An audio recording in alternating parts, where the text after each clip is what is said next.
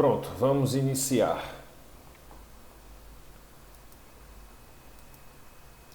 Posicionar aqui. Então, conforme a gente viu na aula anterior,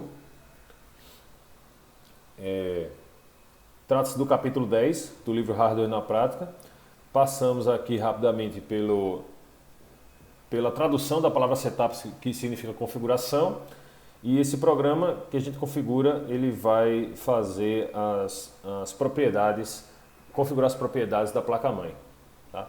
Entre algumas informações, a gente vai conseguir configurar diversas velocidades, memória, processador, disco, a gente viu isso na semana passada, definir a sequência de boot e data e hora. Vimos que existem 3 fabricantes de BIOS para quando não é um computador, né? Legado, um computador que você já compra pronto, como o computador Lenovo, como o computador Dell, que esses fabricantes possuem seus próprios sistemas de configuração. Então a gente vai ter 3 principais fabricantes, a AMI, American Megatrends, a Ward e a Phoenix. Essas duas se juntaram, né? A Ward comprou a Phoenix e aí se fundiram. Essas 3 empresas agora só são 2. Então há muitas semelhanças por diferentes fabricantes e tem configuração da BIOS setup, são mantidas pela bateria da placa-mãe. A gente já viu isso no laboratório também. E vimos isso é muito importante, pessoal, lembrar disso, tá? Cada tipo diferente de fabricante vai selecionar teclas diferentes para você conseguir acessar o setup, tá? As configurações da sua placa-mãe.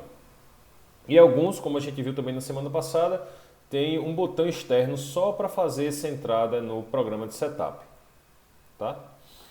Então, aqui a gente já começa a apresentação do livro, tá? Deixa eu mostrar aqui para vocês o capítulo 10. Deixa eu pegar ele aqui rapidinho. Botar aqui.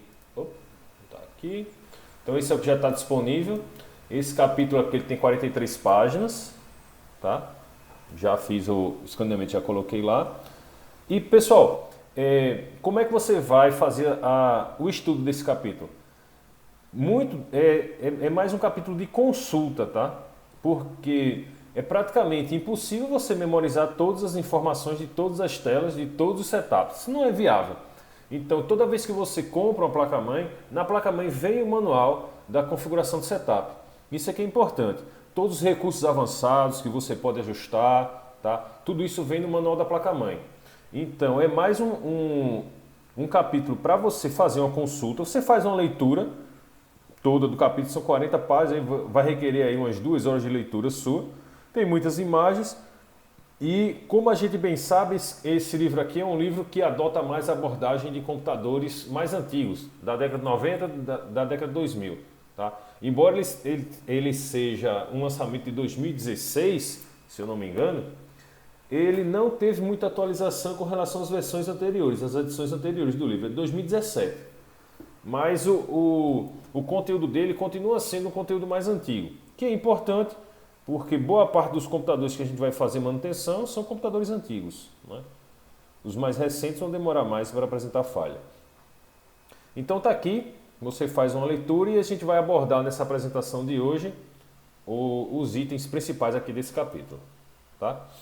Então, tem a seção Refinando o Setup, que permite realizar ajustes para um funcionamento otimizado do computador. Então, permite definir o clock do processador, tá? Indicar velocidades das memórias e desativar interfaces on-board não utilizadas. E aí, no exercício que a gente vai da atividade, cadê? Da atividade que eu vou passar para vocês hoje, que é essa aqui. Não, esse é o arquivo de anotações, deixa eu encontrar aqui. Tem muitas e muitas janelas abertas aqui. Anotações. Ah, rapaz, será que eu fechei? Tô procurando aqui, só um instante. Só tem essas janelas aqui, então tem que estar em alguma delas. Está aqui, exercício.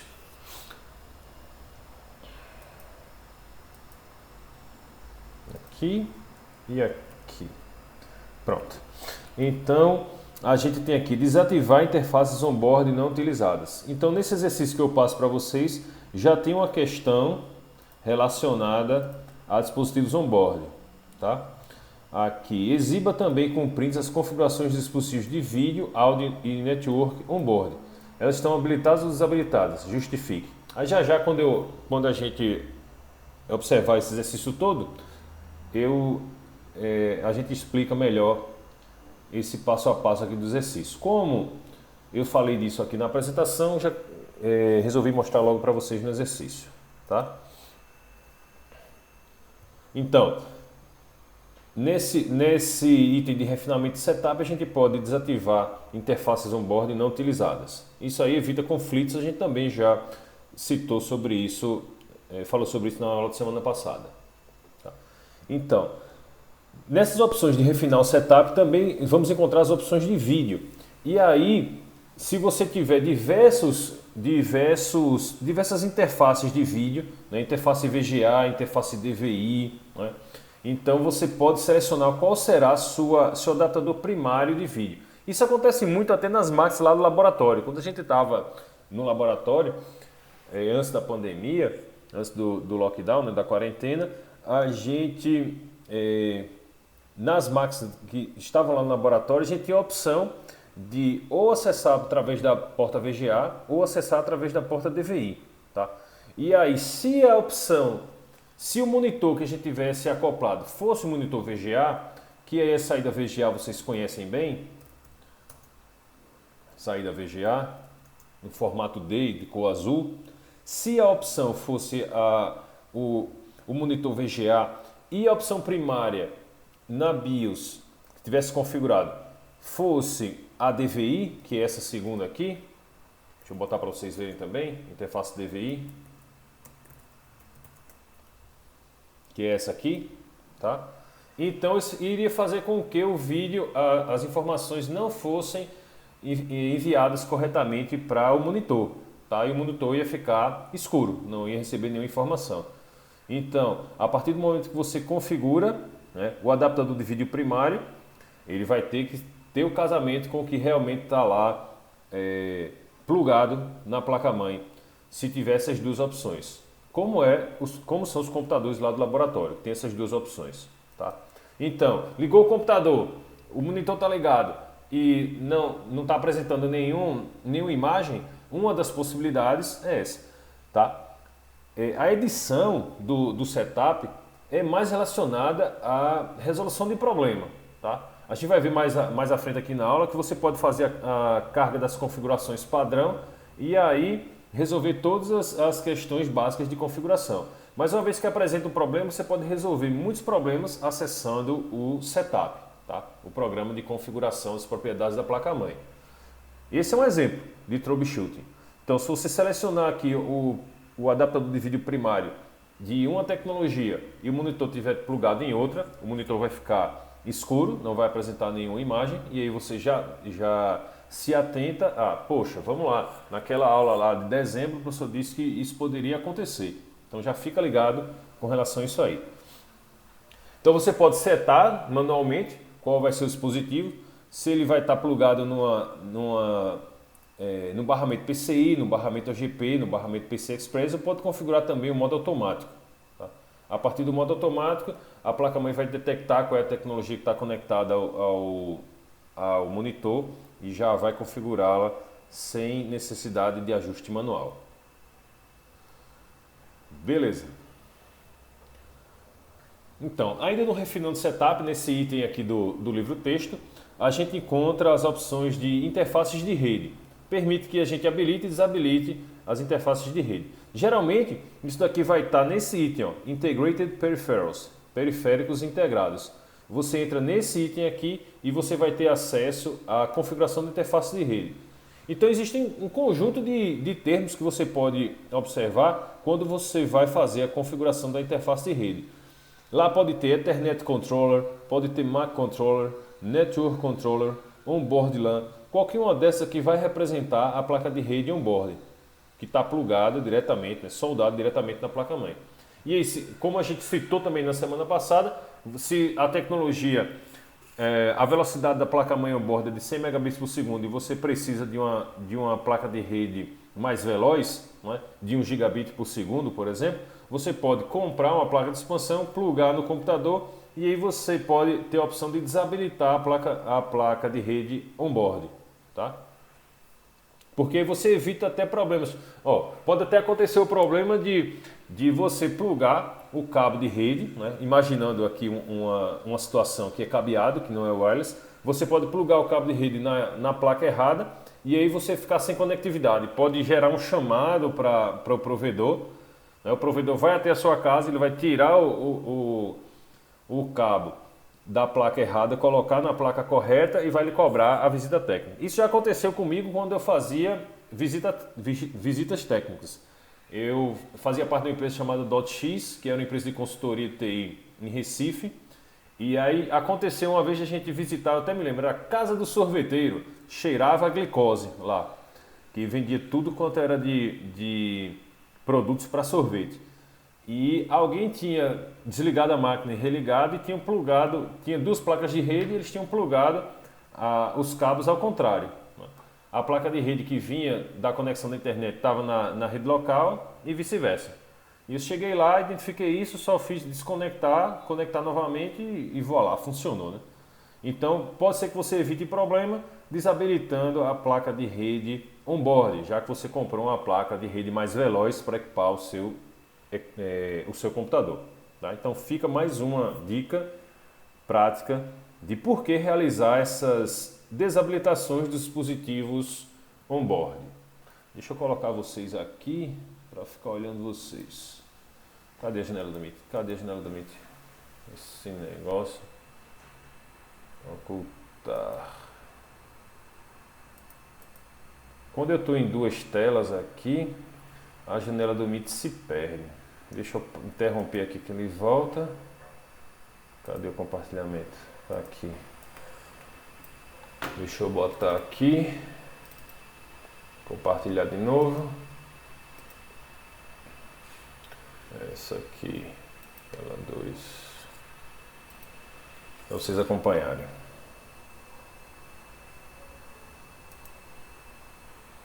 Já está conseguindo ver a tela de novo? Dá pra ver. Beleza, valeu. Seguindo. O que mais que a gente encontra? Velocidade do processador, né? Também é importante. E aí tem duas formas de apresentação de velocidade do processador, tá? Com o Frontside Bus, algo que a gente já estudou anteriormente, no período pré-paralisação, tá? E o BCLK, que eu até coloquei aqui, Old School. Vocês conhecem esse termo Old School? Old School quer dizer algo antigo, né? É a velha guarda, a velha escola, Old School. Eu até coloquei o termo aqui para reforçar para vocês. Então, nos processadores, nas BIOS antigas, note aqui na imagem que é uma BIOS da Ward, não é? E ela aqui foi fabricada entre 84 e 2010. Então já é uma BIOS antiga e ainda apresenta essa opção de BCLK, que é a opção de você fazer o ajuste da velocidade do clock em computadores em placas-mães mais antigas. Tá? E nas placas-mães atuais a gente já aparece aqui com CPU Speed e a velocidade, nesse caso aqui 2.200 MHz. Claro, você pode tanto colocar essa velocidade acima da capacidade, o chamado overclocking, quando você pode também botar essa velocidade abaixo da capacidade nominal do processador. Você compra o processador, ele vai ter lá um processador Intel Core i5 de 3.2 GHz ou 3.200 MHz. Né? E aí, por questões, por exemplo, de aquecimento, você está num país muito quente, não tem um arrefecimento adequado para o seu computador, e uma das opções para você diminuir a temperatura é você reduzir a velocidade do processador. Claro, você não vai querer comprar um carro veloz e andar na velocidade de um carro popular, né? Mas dependendo da necessidade, você tem essa opção. Você não tem a opção de arrefecimento, não tem uma refrigeração, não tem um ar-condicionado adequado, e você vai ter que reduzir. O computador está apresentando falha de alta temperatura e derrubando o desempenho do computador. Deixa eu mostrar um exemplo aqui para vocês. Minha máquina mesmo aqui. Ela é uma máquina poderosa, ela trabalha vez ou outra ela está com a temperatura acima do adequado. Então, eu posso aqui executar o comando no Linux, o comando dmesg, tá? Que vai mostrar as mensagens que estão chegando do hardware para o sistema operacional. Então aqui, ó, vocês podem notar que existem alguns eventos de alguns núcleos que é informado isso aqui, ó. Package temperature above threshold, CPU clock throttled. O que é que isso aqui quer dizer? A temperatura do núcleo está acima do limiar e eu vou aqui derrubar o clock da CPU, tá vendo? Então, dependendo do momento do dia, né, vai chegando mais a meio-dia, a parte da tarde, que o próprio ambiente já esquenta e eu não tenho um dispositivo de arrefecimento aqui, não tem ar-condicionado, não tem um ventiladorzinho aqui por debaixo do notebook para gerar mais ventilação. Então o que acontece? O desempenho do processador ele cai. Tá? Deixa eu fazer até um print disso aqui para colocar no nosso arquivo de anotações.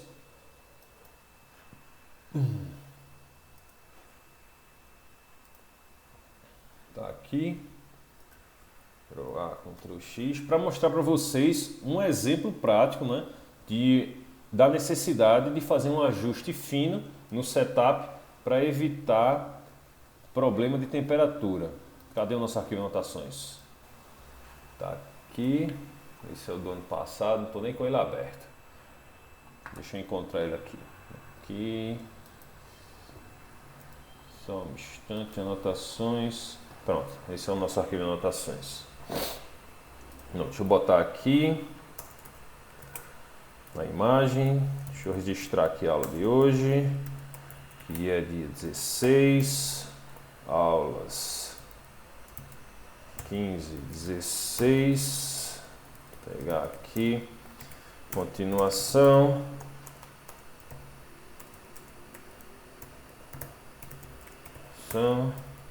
E colocar esse exemplo aqui.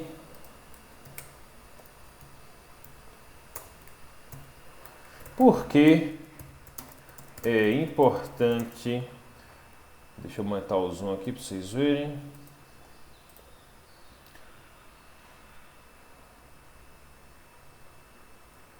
Porque acontece de termos que diminuir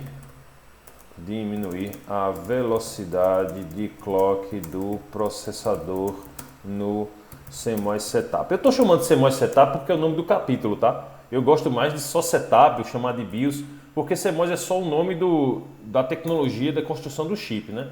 O Complementary Metal Oxide Semiconductor, semicondutor de metal óxido complementar.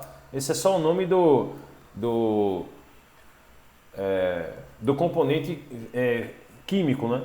Que é responsável pela construção do chip onde fica armazenado o programa Setup. Eu estou chamando só de CMOS Setup pelo nome do capítulo. Então, por que acontece em termos de diminuir a velocidade do clock processador? Observe a saída do comando dmesg executado em um sistema Linux. Pessoal, você já tem uma máquina virtual Linux? Para quem está com o computador em casa, já tem uma máquina virtual Linux ou um Linux instalado em casa? Responda aí no chat para eu ver. Cadê o chat? Esse negócio vai sumir de novo. Mário Eduardo disse que não, 833. Alex disse que não também. Para quem tem computador em casa, pessoal, vocês podem ter a opção de instalar o VirtualBox. Tá? Botei no chat o nome do programa. Instalar o VirtualBox, baixar uma ISO de um Linux, como o Ubuntu, por exemplo, que é utilizado também lá no Instituto, e fazer a instalação do passo a passo. Pessoal, nessa disciplina a gente chegou a fazer uma demonstração de instalação de algum sistema operacional antes da paralisação? Não chegou a fazer, né? Beleza. Então eu vou fazer o seguinte para vocês, vou gravar um vídeo de instalação de um Ubuntu e colocar no mural para vocês terem a ideia do passo a passo. Também tem o site no site do Ubuntu tem os prints do passo a passo para fazer a instalação, né? Seria legal, né, Alex? Fazer isso é rápido, vai demorar uns 20, 30 minutos para fazer essa demonstração. Eu já coloco também com as configurações do VirtualBox, tá? Porque faz parte da disciplina de montagem e manutenção a parte de instalação de sistemas operacionais. Isso a gente pode exercitar para quem está com o computador em casa, e para quem não está pode acompanhar o vídeo, e aí no momento de você fazer a instalação você tem até referência, né, de como fazer. Já coloca o link do vídeo aí nos seus favoritos e já vai ter a referência para conseguir fazer a instalação, tá? Então voltando aqui para o nosso arquivo de anotações. Por que acontece em termos de velocidade do clock processador no CMOS setup? Observe a saída do comando demesg. Deixa eu botar aqui courrier, toda vez que tem um comando eu coloco courrier no sistema Linux. Esse comando exibe as informações de hardware que são encaminhadas para o sistema operacional. Tá? Dentre outras informações, o demesg faz isso. Então, como eu sei que meu computador ele trabalha com a temperatura alta, ele é quente porque ele tem um clock muito alto, tem muitos núcleos, então, vez ou outra, é exibida essa mensagem aqui. Então, deixa eu mostrar para vocês. Como pode ser visto? Pode ser visto na imagem acima.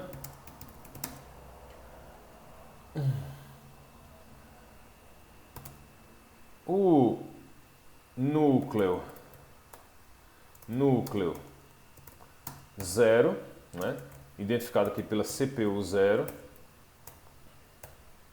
está funcionando, está operando com uma temperatura acima do limiar recomendado. E eu vou colocar aqui a mensagem. Cadê? Copiar e colar aqui que é mais rápido.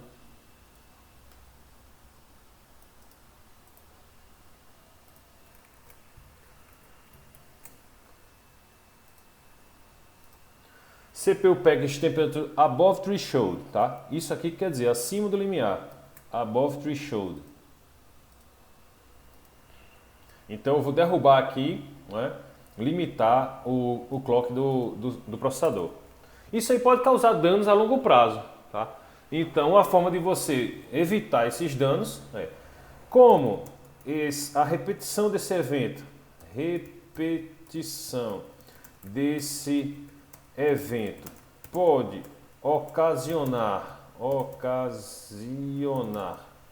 problemas a longo prazo.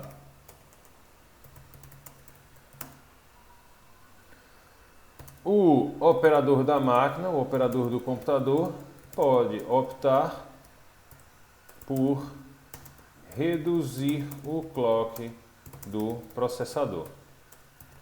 Agora, notem que é uma questão de ambiente, ou seja, o equipamento está em operação em um ambiente com temperatura não adequada, tá? Isso você pode resolver também instalando um ar-condicionado, instalando um ventilador externo, né, no notebook. Existem umas bandejas que você pode colocar na parte inferior do notebook para gerar mais ventilação, né? E aí reduzir de outra forma, porque você, repito, não vai querer comprar uma máquina de uma velocidade alta e querer que ela opere abaixo da capacidade dela. Não é? Vai ter intervalo? Não, a gente nunca faz intervalo, né? A gente vai direto porque acaba mais cedo. Acabou de começar o negócio, você já quer intervalo. 8h40, já a gente termina. Vamos lá. Então é um exemplo prático, tá, pessoal? E para não ficar aquela coisa só enfadonha e dizer, isso aqui pode acontecer, mostra aí um exemplo prático de uma configuração de redução de clock, né, para evitar danos a longo prazo do processador. Beleza. Vamos lá. Então, existe essa capacidade de fazer o ajuste da velocidade. Geralmente a gente vai encontrar isso no menu avançado, tá? Mas como eu disse a vocês, isso vai depender de fabricante para fabricante. Acabei de tomar um café, né? De fabricante para fabricante da placa-mãe, tá? E do CMOS Setup que está instalado na placa-mãe. O que mais? Então, Hardware Monitor, né, permite que você monitore o funcionamento do hardware, e aí você vai ter a temperatura da placa-mãe, a temperatura do processador, tá?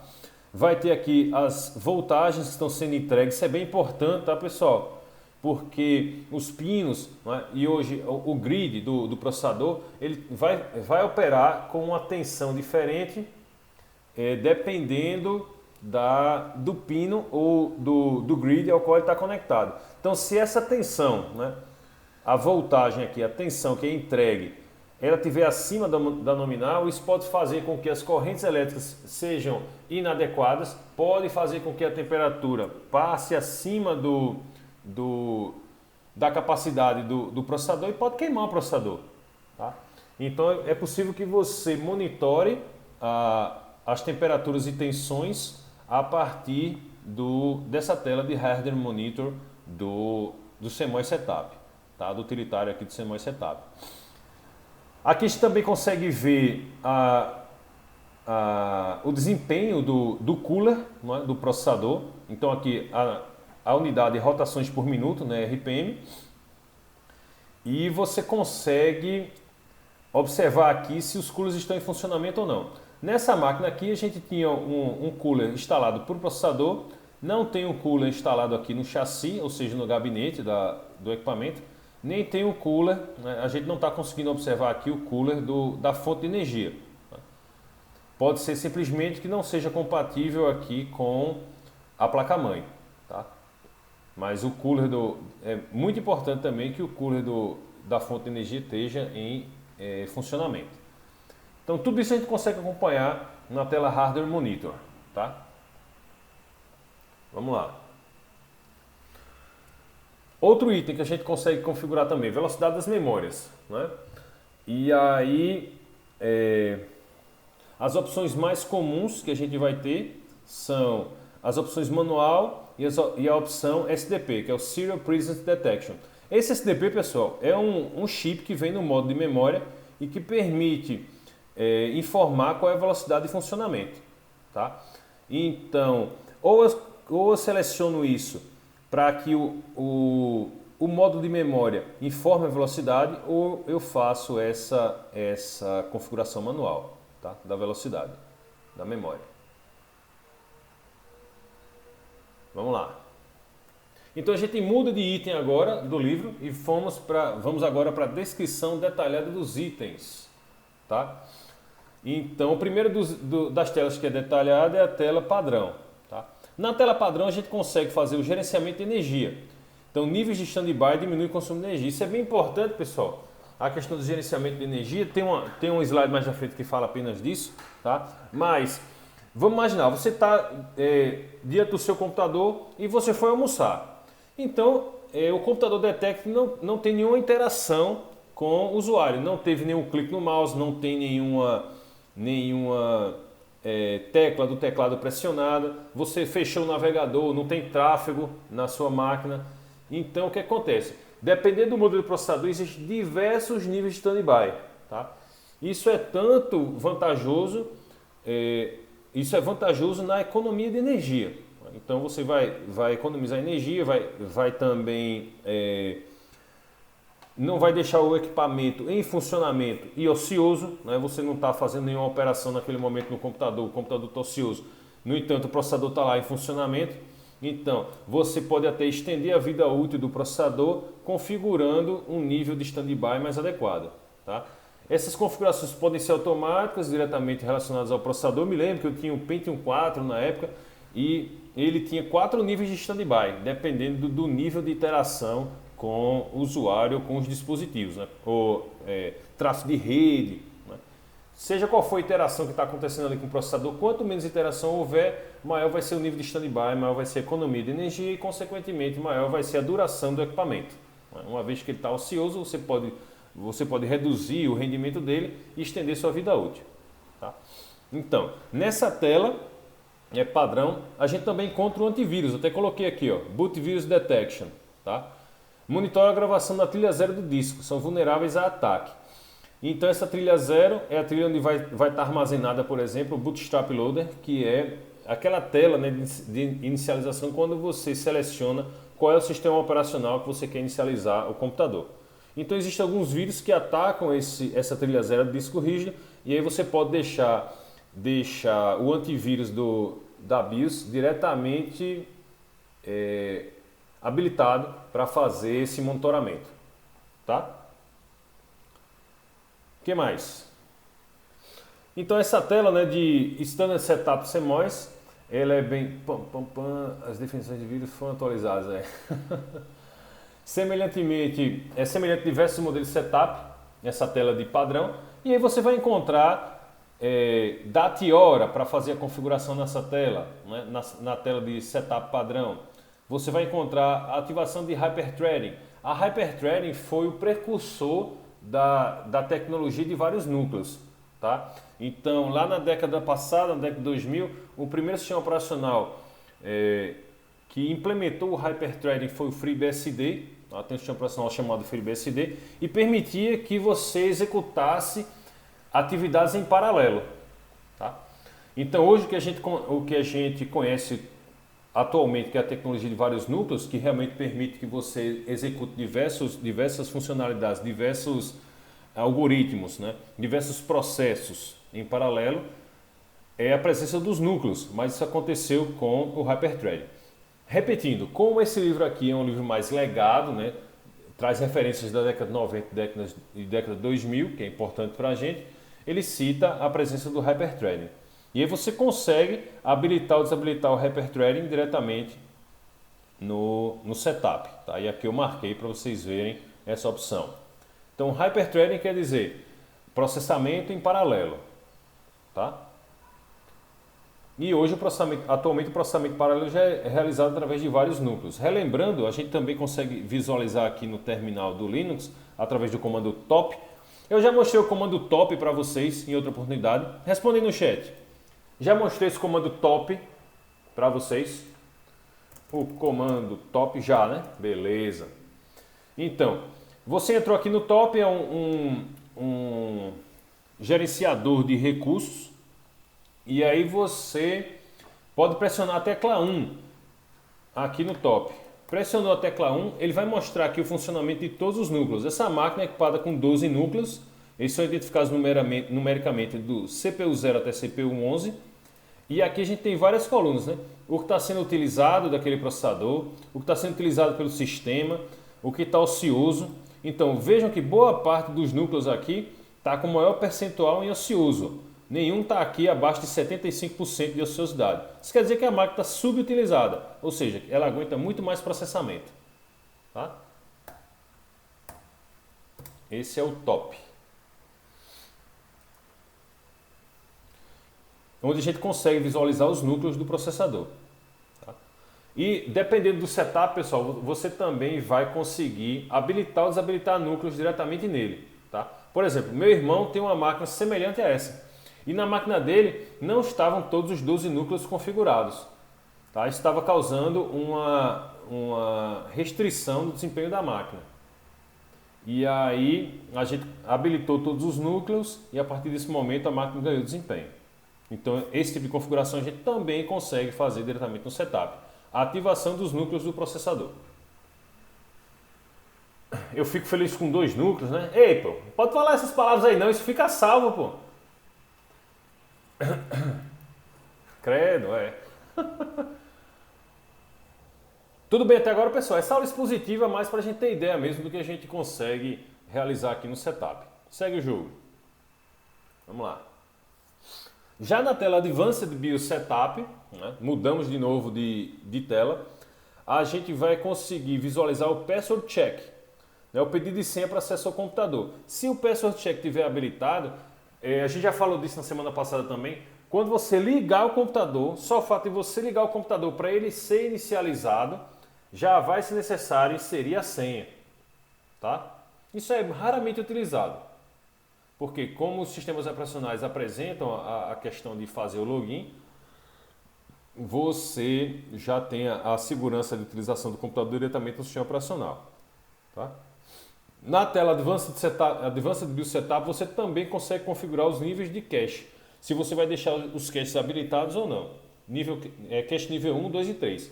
Esse eu me lembro que a gente já tinha falado durante o mês de fevereiro e começo de março. Né? Os níveis de cache.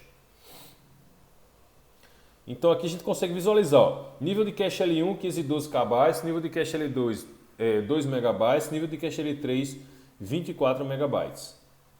Tá? Segue. Quais outras telas? Na tela Security. Na tela Security a gente vai ter a apresentação geralmente de duas opções, que é a configuração da senha, né? E aí você pode ter a configuração da senha apenas para entrar no setup sempre, que é quando ligar a máquina, você vai ter que adicionar uma senha só para acessar a máquina, você não vai conseguir carregar o sistema operacional, ou seja, a inicialização do computador vai ficar parada até que você adicione uma senha. Tá?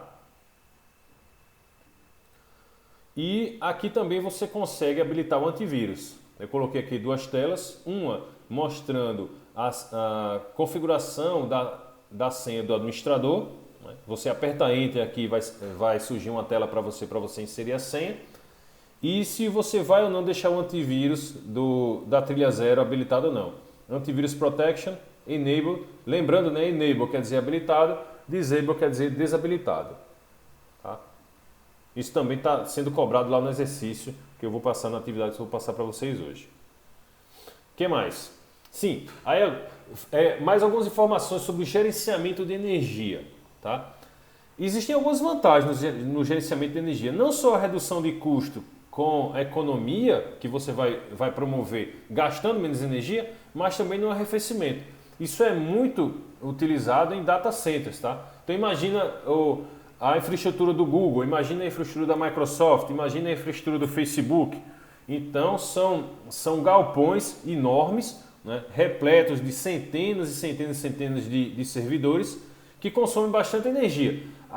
Não só na questão do power, ou seja, da alimentação dos processadores e componentes dos servidores, mas também do arrefecimento.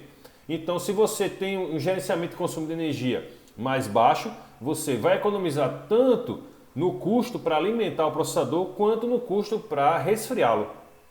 Tá? Então, note que um detalhe que você consegue configurar no setup pode promover aí uma economia grande de energia, não só na alimentação do processador, mas também na refrigeração. E aí a gente chega no Advanced Configuration e Power Interface, no ACPI. O ACPI, eu usei muito o ACPI na década de 2000, muito, não é? Porque ele permite voltar ao funcionamento a partir do estado de hibernação. Quando você chega aqui no computador e você vem suspender, tá? Clicou aqui em suspender, ele vai suspender a execução do sistema operacional. E aí quando você aperta o botão de Power, em vez de ser inicializado do início, né, passar pelo post, passar pelo Bootstrap Loader, apresentar a tela do login do sistema operacional, não. O ACPI permite que você suspenda o computador e quando você apertar o botão de Power, ele vai continuar de onde tinha parado. Tá? Então é importante deixar o ACPI habilitado para essa funcionalidade. Voltar ao funcionamento a partir do estado de hibernação. E aí aqui no Power Management a gente também vai ter o recurso chamado de Wake on LAN. Alguém já escutou falar de Wake on LAN? Coloquei no chat, ó. Wake on LAN. Alguém já escutou falar? Lara disse que não, né? Acordar na rede, né? É isso aí, né? A tradução, acordar na rede. Nunca nem vi. Raina disse que não, Alex disse que não também. Beleza. O Wake on LAN é isso, pessoal. Permite que você ligue o computador através da interface de rede, da placa de rede. Tá? Você não vai precisar estar em loco para habilitar ou melhor, para inicializar o dispositivo, inicializar o computador, inicializar o servidor, tá? Então você instala um programa na sua máquina de casa, por exemplo, e aí você, através desse programa, pode inicializar o computador remotamente, através da placa de rede. Tá? Isso é muito útil para servidores. É um recurso chamado Wake on LAN.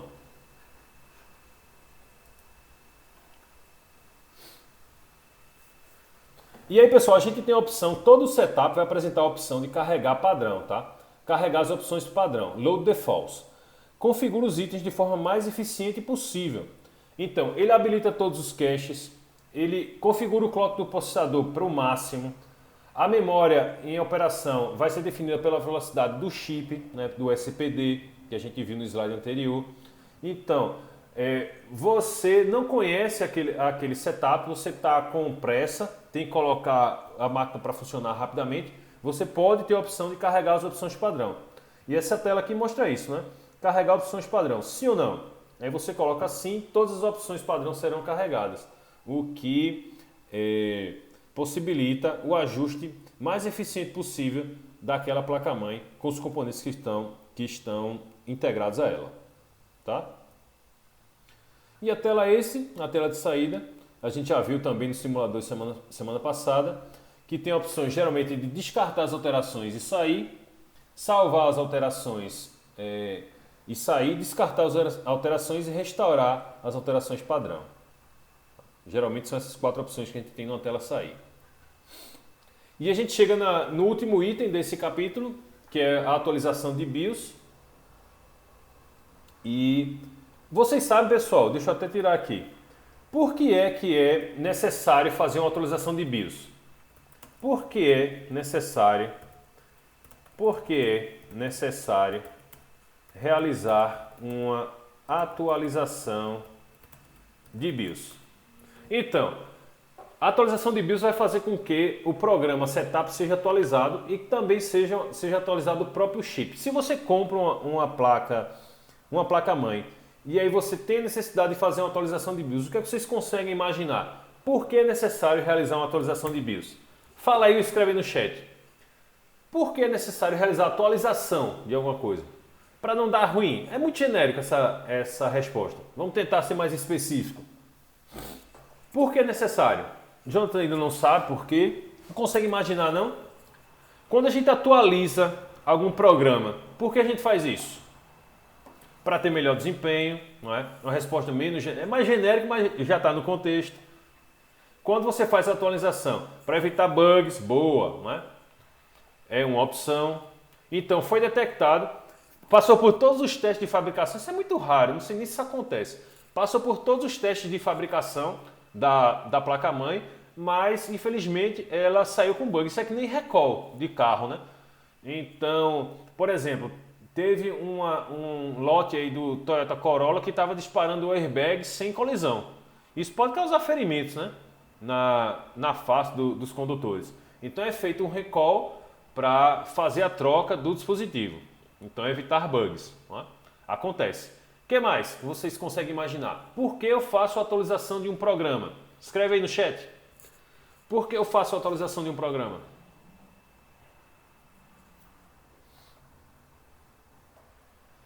Para funcionar sem travar, tá mais ou menos relacionado ali com o bug, né? Ficar mais rápido, né? Ganhar desempenho, corrigir falhas, isso.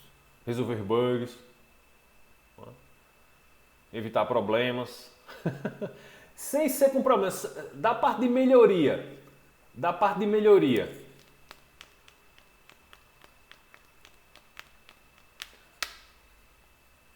O WhatsApp, por exemplo, ele lança novos recursos, não é verdade?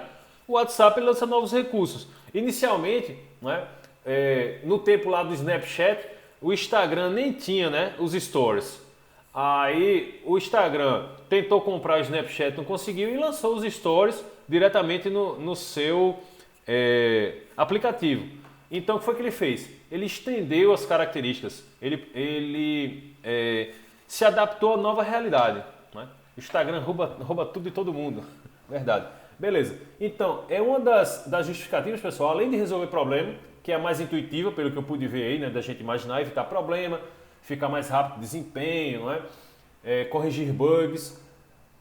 Uma outra justificativa é o suporte a novos dispositivos ou versões de tecnologia. Tá? Então vamos imaginar, existia a versão 1.0 do USB, passou a existir a versão 2.0, a versão 3.0, a versão 3.3, como a conexão mecânica, a tensão, as características nominais elétricas do USB não mudaram, o que mudou foi só a velocidade, então eu faço, já está disponibilizado na Claro, lá no mural, tá? Então o que eu faço? Eu faço uma atualização de BIOS para que minha placa-mãe, né, possa suportar uma nova versão da tecnologia, uma nova versão do USB, uma nova versão de SATA, tá entendendo aí? Então, além das melhorias, não é? Corrigindo problemas, além da melhoria de desempenho, eu também posso promover a compatibilidade da minha placa-mãe com novas versões de tecnologia. Porque isso aí evita que eu tenha que trocar a placa-mãe, né? A fazer uma atualização. Mas isso aqui requer cautela, tá? Recomendo-se ligar o computador no break, porque se houver uma queda de energia no momento da atualização da BIOS, dependendo da idade da placa-mãe, você vai inutilizar a placa-mãe. Já era a placa-mãe. Existem alguns procedimentos ainda de você levar no técnico para ele substituir o chip do CMOS para trocar, tá? Mas isso aí, a chance de sucesso disso é muito baixa. Então, isso é que eu recomendado. Toda vez que você for fazer a atualização da BIOS, da sua placa-mãe, tá? Ligar no no break. Tá? Porque se faltar energia durante o processo de gravação, isso aí pode danificar de uma forma definitiva a placa-mãe. E aqui no capítulo do livro, tem umas imagens aqui que mostram o passo a passo da atualização da BIOS. Tá aqui, ó. Iniciando. Então, quando você vai fazer a atualização da BIOS, você vai no site do fabricante e baixa os arquivos para atualização da BIOS, tá? E executa esses arquivos. Executou, né? Ele vai fazer a atualização da BIOS, fazer a nova gravação no chip da CMOS. Então, aquelas máquinas de laboratório eram ideais para a gente fazer a atualização de BIOS, não é? Infelizmente a gente está sem acesso atualmente, a gente podia fazer essa atividade na prática, né? No laboratório. Perfeito, pessoal. Esse daí foi a apresentação dos slides aqui do capítulo 10. Relembro para vocês que o capítulo 10 é um capítulo de referência, tá? Porque a gente não vai memorizar todas as telas, todas as propriedades e todas as telas de todas as placas-mãe. Isso não tem sentido. E toda vez que a gente quiser fazer uma configuração, a gente baixa o manual da placa-mãe, né? Seria mó legal fazer na prática, né? A gente tá impossibilitado nesse momento. Então você baixa o manual da placa-mãe para poder consultar todas as características, tá? Então, isso nos leva à nossa primeira atividade. Deixa eu achar de novo aqui a janela. Pronto. Então eu vou colocar agora, tá? Lá no mural, esse exercício para vocês responderem. Diz aí um prazo legal para vocês. Hoje é quarta-feira, 9 da manhã. Querem responder isso quando? Oi. Deixa até sábado. Até sábado? Deixa até sábado. Lembrando, tá, pessoal, que a gente tem que... É porque na sexta a gente tem duas atividades. Uma que é para gravar um vídeo para explicar o assunto e a outra que é uma redação. Certo. Aí se deixasse até sábado, sem problema, acho que ficaria melhor. Lembrando que a gente tem 4 semanas, né? Um bimestre por semana. Então a gente vai fazer 2 atividades por semana que vão contar como as notas dos bimestres. Tá ok? Então deixa eu colocar aqui. Lançar a atividade. Falando nisso, eu já mandei a outra para o senhor. Tá bom, muito obrigado.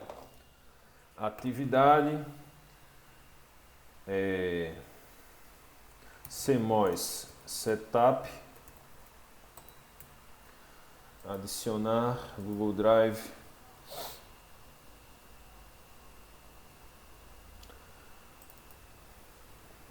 Tá aqui. Siga as instruções no arquivo anexo. Ó, pessoal, é para fazer essa atividade em equipes de 4 pessoas, tá?